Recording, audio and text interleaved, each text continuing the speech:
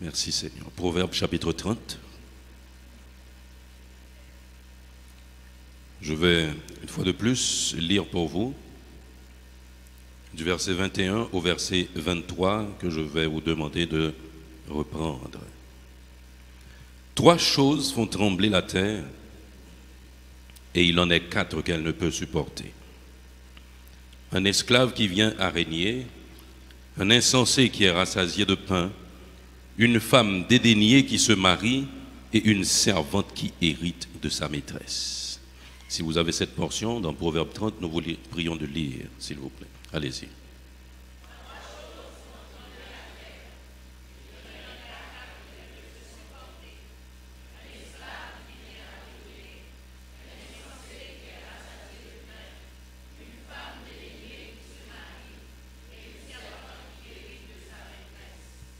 À quel point nous sommes ce matin?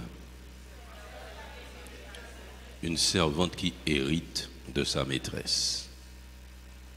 Nous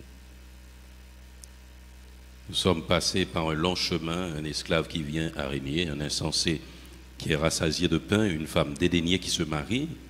Et ce matin, nous sommes à cette partie qui nous dit une servante qui hérite de sa maîtresse. Et nous avons pris soin de procéder comme à notre dernière intervention pour faire une recherche des versions comparatives de cette portion. Louis II, nouvelle édition de Genève, nous dit une servante qui hérite de sa maîtresse.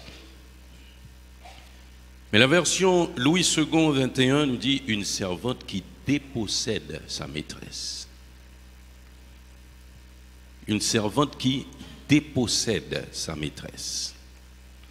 Et la Bible Semeur et Français courant et aussi la Bible annotée traduit cette portion par une servante qui supplante sa maîtresse. Il y a une autre Bible, Sassi, qui dit une servante lorsqu'elle est devenue l'héritière de sa maîtresse. Nous vous prions de retenir ces deux mots ce matin, déposséder et supplanter. Déposséder et supplanter, car nous allons y revenir. Une servante qui hérite de sa maîtresse, mes bien-aimés, l'héritage se définit comme étant un patrimoine laissé par une personne décédée, et ce patrimoine est transmis par succession. Ce patrimoine est transmis par succession. Il y a un mot que vous connaissez tous, peut-être, le testament. Le testament, c'est un contrat. Mais c'est un contrat à titre de mort. Un contrat à titre de mort, il faut qu'il y ait décès pour que le testament entre en vigueur. Tant que le testateur est vivant, le contrat est en suspens et non encore en vigueur. Alors, je vous fais cette digression quand même, la différence à saisir entre le testateur et le testataire. Le testateur, c'est celui qui écrit le testament, le document qui rédige. Le testataire, c'est celui qui reçoit la succession. Le patrimoine est considéré comme un bien de famille et bien hérité de ses parents ou simplement des ascendants, ce qui est considéré comme une propriété transmise par les ancêtres. Vous pouvez déjà commencer par constater le problème. Une servante qui hérite de sa maîtresse. Est-ce qu'il s'agit là de famille? Non, il ne s'agit pas de famille. Est-ce qu'il s'agit, comme on le dit en termes juridiques, d'héritiers successifs? Non, il ne s'agit pas d'héritiers successifs. Nous voyons déjà là une antilogie dans la chose. Une servante qui hérite de sa maîtresse. Et c'est la raison pour laquelle nous aimons les autres traductions qui nous disent une servante qui dépossède sa maîtresse et une servante qui supplante sa maîtresse. Déposséder se définit par priver de sa possession. Ce qui m'appartient, je suis privé de ça. Je ne peux pas avoir accès à ça. C'est comme si cela m'avait été volé. Déposséder quelqu'un, c'est priver cette personne de ce qui lui appartient. Et supplanter, dans l'une des versions que nous avons évoquées, a pour signification passer devant, prendre la place de quelqu'un et lui faisant perdre son crédit. Vous avez bien entendu ça? Déposséder, c'est priver quelqu'un de sa possession, et supplanter, c'est passer devant, une sorte d'usurpation, prendre la place de quelqu'un en lui faisant perdre son crédit. Nous avons pris soin aussi de voir ce qui s'est produit avec l'enfant prodigue dans Luc 15, dans le cadre de cette réflexion. Si vous pouvez trouver Luc 15, nous allons lire des versets 11 à 13. Luc chapitre 15, les versets 11 à 13.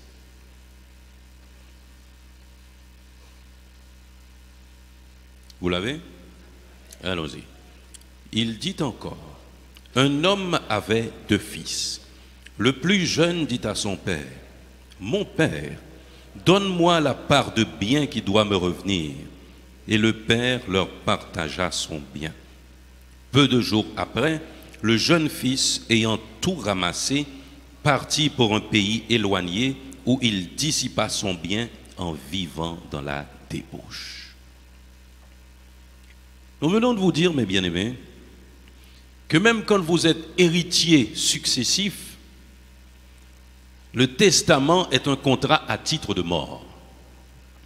Cela veut dire quoi ce matin dans le cadre de cette réflexion? C'est que l'enfant prodigue, légalement, avait déjà assassiné son père.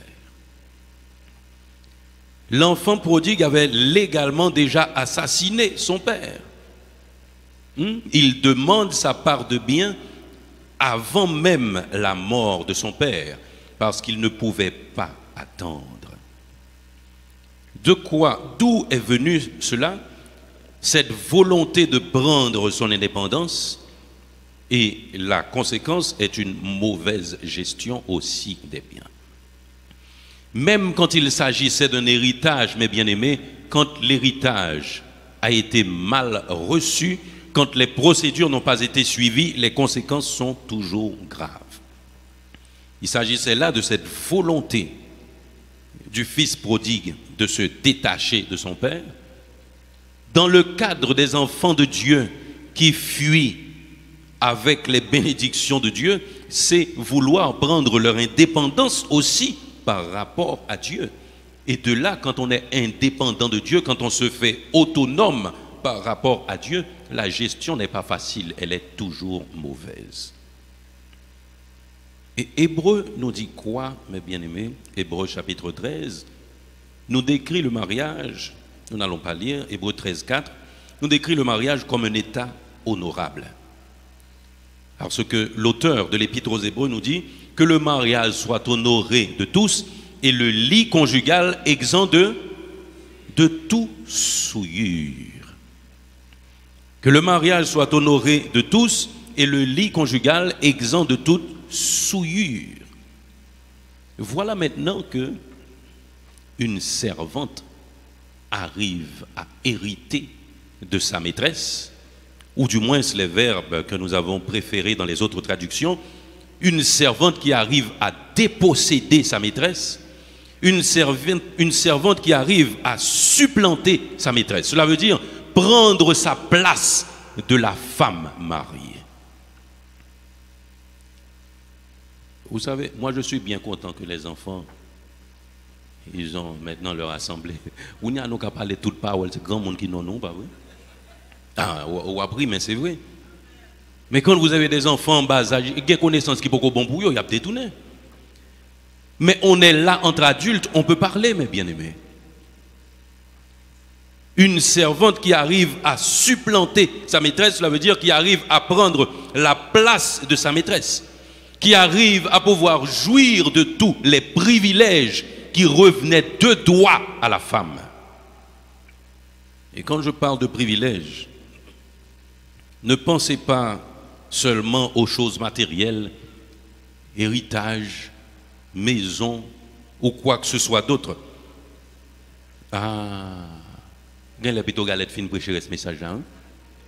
Pensez à l'affection, à l'attention, à l'honneur, à son rang qu'elle a perdu, mes bien-aimés, en tant que femme. Quand une servante arrive à supplanter une maîtresse. Et je vous demande de chercher Genèse, le chapitre 16, nous allons lire des versets 1 à 6. Genèse 16, 1 à 6.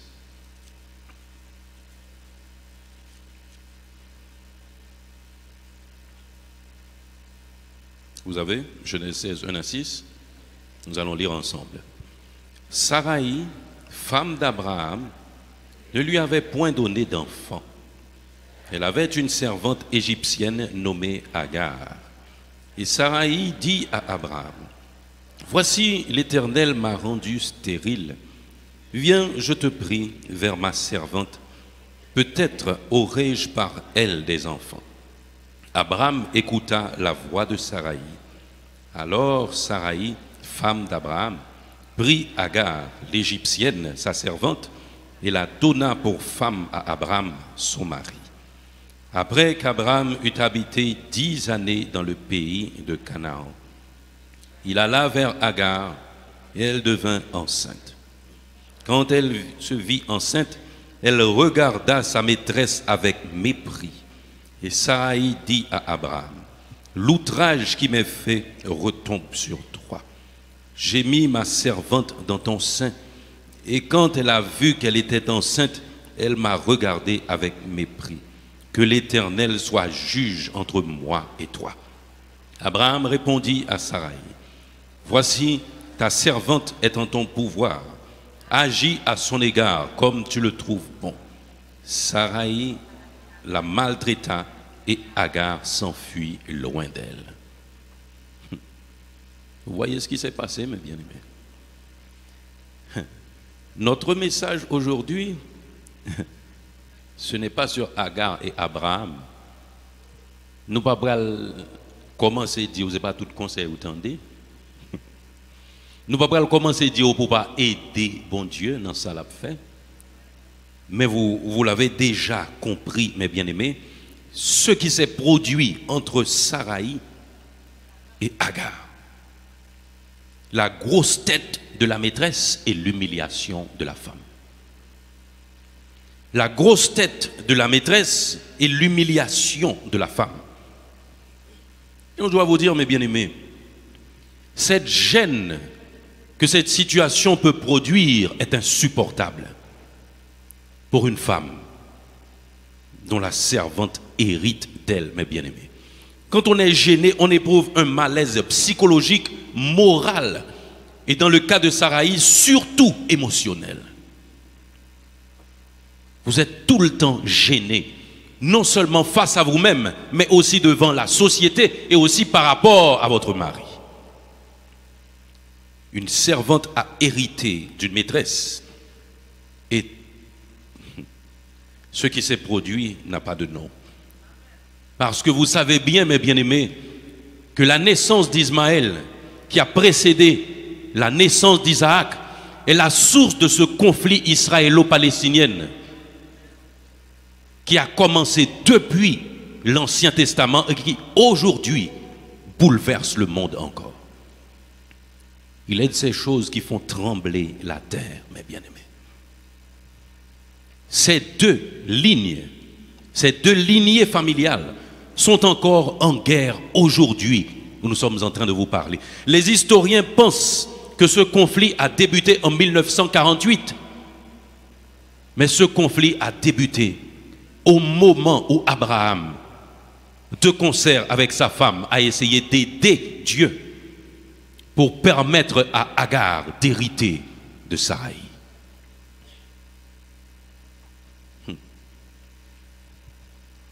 transporté dans notre époque, il ne s'agit plus de servantes qui auraient hérité d'une maîtresse, mais les terminologies, je ne sais pas si je dois dire, ont évolué, parce que la servante d'autrefois, c'est la maîtresse d'aujourd'hui. Il nous faudra saisir la différence entre maîtresse aujourd'hui et maîtresse d'autrefois. La maîtresse, c'était la femme mariée autrefois dans l'Ancien Testament, mais aujourd'hui, la maîtresse prend la place de la servante, parce qu'une maîtresse, c'est une amante ayant une relation relativement longue sans être mariée à son partenaire. On utilise le terme en particulier dans le cas où le dit partenaire est marié. Où est Méli-Méloa?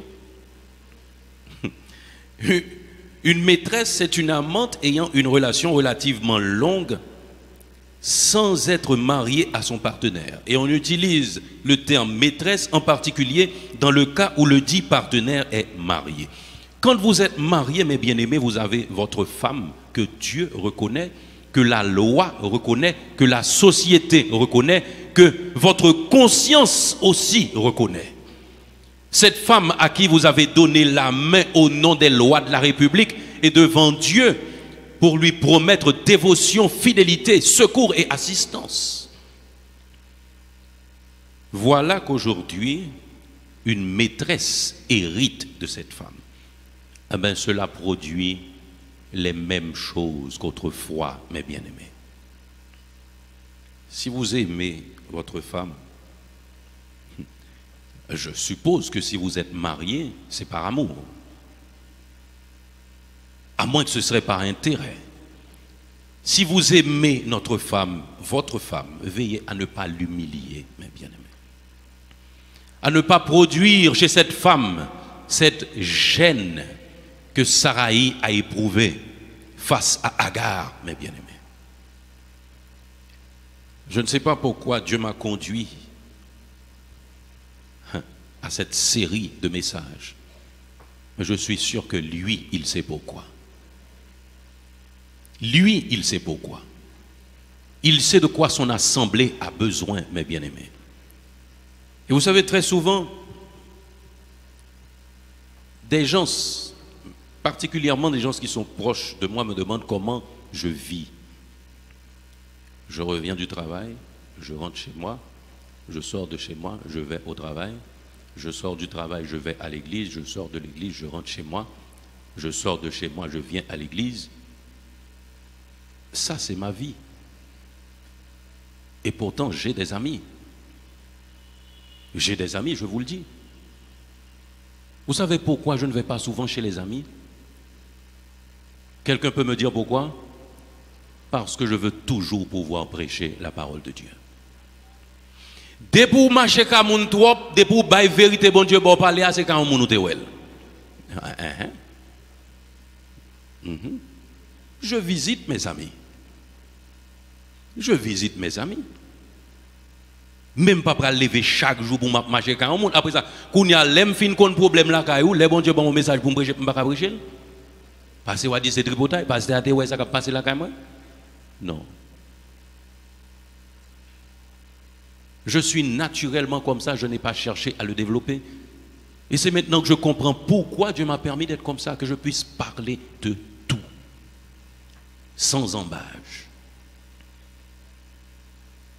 Si vous vous sentez touché par le message de ce matin, mes bien-aimés, au lieu de quitter l'église là, battez l'estomac, demandez bon Dieu pardon.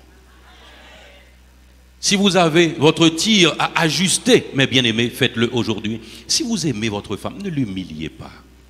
Imaginez ce que ça veut dire, une relation extra-conjugale, et puis l'autre femme qui regarde votre femme. Aucun respect. Le respect disparaît. Et l'état honorable du mariage aussi est détruit, mes bien-aimés. Nous savons bien, nous avons nos deux pieds sur terre. Nous savons bien que la vie à deux est très difficile. Pour ne pas dire que c'est la chose la plus difficile qui existe. Mais c'est possible aussi, mes bien-aimés. C'est possible. Si ce n'était pas le cas, Dieu n'aurait pas institué le mariage. Il sait que c'est possible. Quand une amante, une maîtresse, hérite d'une femme, le respect disparaît. Cet état honorable disparaît, mes bien-aimés. Et votre femme devient misérable.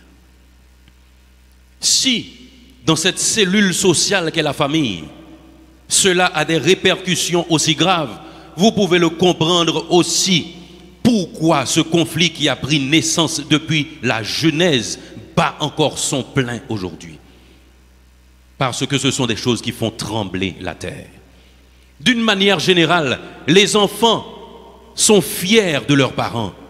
Mais quand un parent est misérable, où est passée la fierté de leurs enfants? Quand les parents vivent dans l'humiliation à cause de cette interférence, comment quelqu'un pourra éduquer un enfant et lui dire de marcher dans la droiture quand au niveau de sa famille, les premiers exemples, les premiers modèles commettent cet acte, mes bien-aimés? C'est difficile.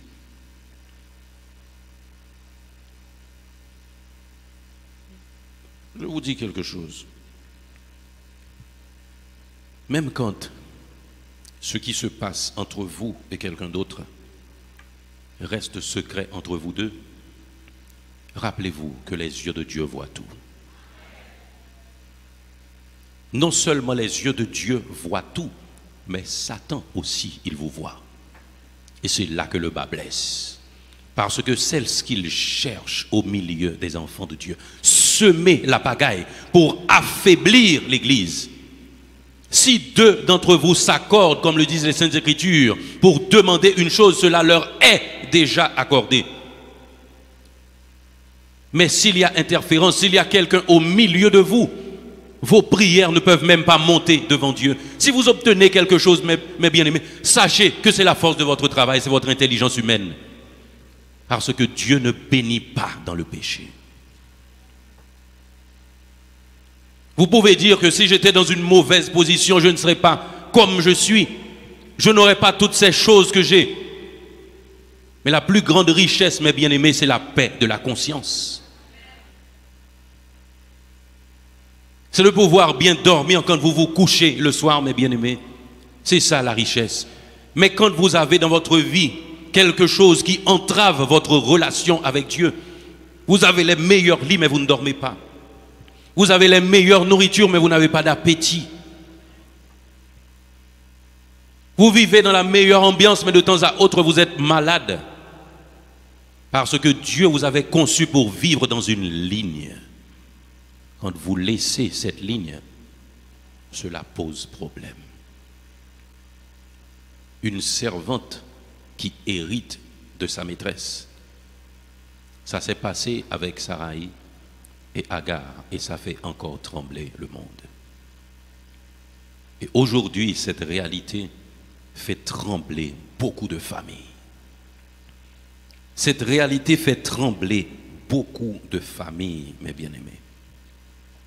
En tout, nous devons nous rappeler que nous sommes des enfants de Dieu. Et des enfants de Dieu sont ceux qui vivent selon la volonté de Dieu. Et la Bible l'a dit très clairement dans 1 Corinthiens 7. Pour éviter l'impudicité, que chacun ait sa femme et que chaque femme ait son mari. Cela ne date pas d'aujourd'hui, mes bien-aimés, mais c'est un principe établi par Dieu lui-même. Et nous allons conclure comme nous l'avions fait la dernière fois, en nous rappelant que la famille reste et demeure la source de pérennisation de la race humaine. Quand à travers ces actions, vous gâchez votre famille, premièrement, vous passez à côté de l'essentiel, l'essence même de votre vie que nous avons vu dans Ecclésiaste chapitre 4, les versets 8 à 12, qui dit que L'essence même de la vie de l'homme, c'est se trouver en compagnie de quelqu'un. Mais aussi, vous entachez le monde avec des progénitures qui sortent d'une institution qui fonctionne mal. La famille, mes bien-aimés, est d'une importance capitale. Rappelez-vous ceci. Rappelez-vous ceci. Ces paroles sont dures parce que certaines fois, vous trouvez tellement d'autres choses ailleurs. Mais je vais partager avec vous quelque chose. Nul n'est parfait sur la terre.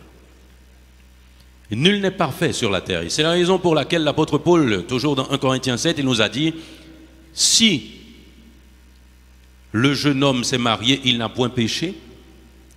Si la vierge, la fille s'est mariée, elle n'a point péché. Mais ces personnes auront des tribulations dans la chair. Nul n'est parfait. Nous avons tous nos défis à relever. Et je dis les défis à relever parce que depuis un certain temps, j'ai appris à ne plus appeler les choses qui dérangent dans notre caractère des défauts, mais je les appelle des défis. Parce que si nous sommes des enfants de Dieu, nous sommes conscients que nous avons la responsabilité de progresser de jour en jour. Ainsi, nous n'appelons plus les choses négatives de notre vie des défauts, mais nous les appelons des défis. Ça veut dire des choses sur lesquelles nous travaillons de jour en jour pour les changer. C'est ça la sanctification progressive, mes bien-aimés. C'est travailler sur les forteresses de sa vie, travailler sur les défis de sa vie et essayer de les combattre par l'aide du Saint-Esprit de jour en jour. Mais n'étant pas parfait, il y aura toujours des difficultés dans les couples. Il y aura toujours des difficultés. Et comme je le dis souvent, parce que vous avez des problèmes, cela ne veut pas dire que vous avez fait un mauvais choix.